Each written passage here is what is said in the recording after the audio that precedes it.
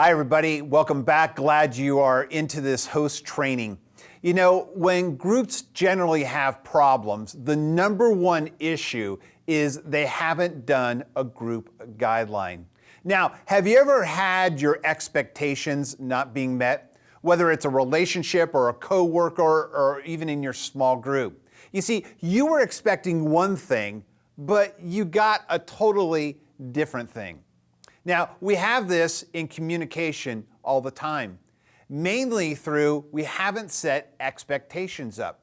Your group guideline will help your group set expectations because whether you know it or not, everybody in the group has a different expectation of why they're getting into the group. It helps you understand the purpose for your group. Now, what I want to do is just briefly look at some of the things that we have in the group guideline that will save your group a lot of pain. Now, you can get your group guideline through most of our curriculums. It's in the back in a small group resource section. Or on this video right here, there's a downloadable that you can download it and print it for your group. But let me touch on some of the basics of your group guideline.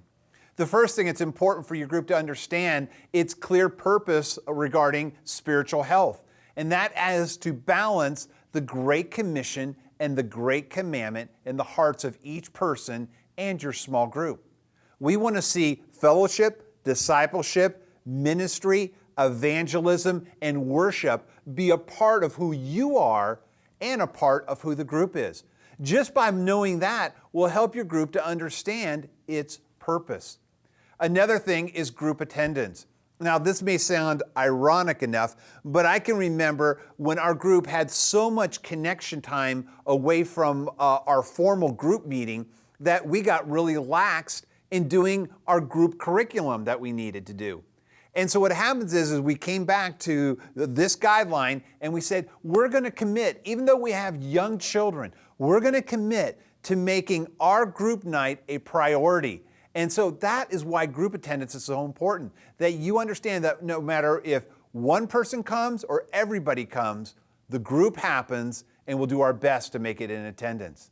Safe environment. Now that may be another thing you just have to say is that, hey, you come as you are. You know how you know when you have a safe environment at your small group? You don't have to clean the house. So, you know, one of the best things you can do is just realize this is who I am. I don't have to pretend, and it's an environment of safety. Part of that comes from confidentiality. You know, understand what's said in the group stays in the group. Now, let me put two provisions on this. If somebody is going to say they're going to harm themselves, confidentiality isn't a part anymore. You notify the authorities. If somebody says they're going to harm somebody else, then you break confidentiality. Pretty much other than that, understand that what's said in the group stays in the group. Conflict resolution. Your group needs to read Matthew 18, verses 15 through 17. That is how Jesus instructed people to handle conflict resolution. And he said, very simply, if you have a problem with somebody, go to that person. If you still have a problem with somebody, then bring somebody along.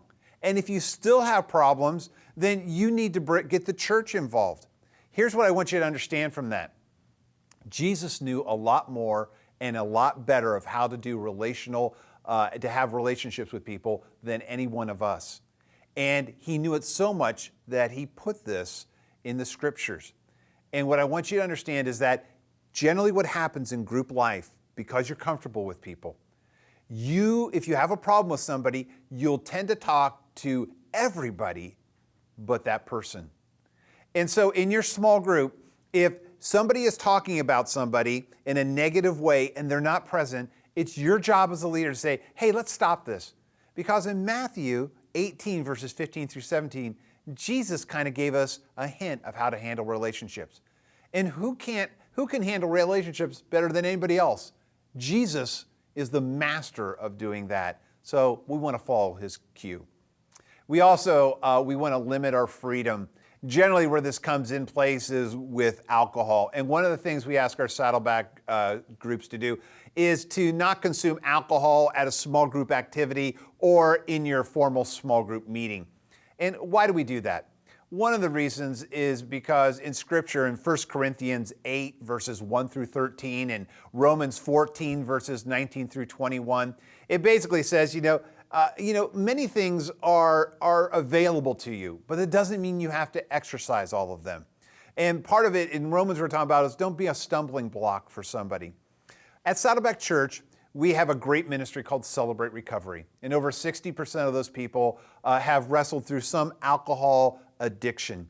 And part of what we want to be able to do is clearly let you know consuming alcohol is not a sin. Obviously, if you get drunk through it, that is a sin, but social drinking and having alcohol is not a sin. But we ask our groups to abstain from that because there are many people that could be sitting in your group with you that are wrestling with that issue. And part of what we want to do is just be spiritually sensitive to them and just, go the extra mile for those people. Another thing in your group guidelines you'll see is we want to talk about building relationships, not just in the 2 hours that your group may meet, but throughout the week in the informal times, we want you to build relationships. We want you to get to know people. We also want you to understand about shared ownership, because one of the values in groups is that everybody participates. They share responsibility. And what we have learned is that when people take on a task in the group or help out with the group or champion a cause in the group, that the byproduct they feel is value. And when people feel valued, they own the group. You want to move your group from your group to our group? Simply help people share responsibility and share ownership. Now, there's other things that are on this form that I didn't even talk about, and there's other things such as childcare or when do you start or when do you stop. But just understand that when you guys will together look at the guidelines, it'll move away from a formal piece of paper to understanding how your group can just do community naturally. God bless you guys.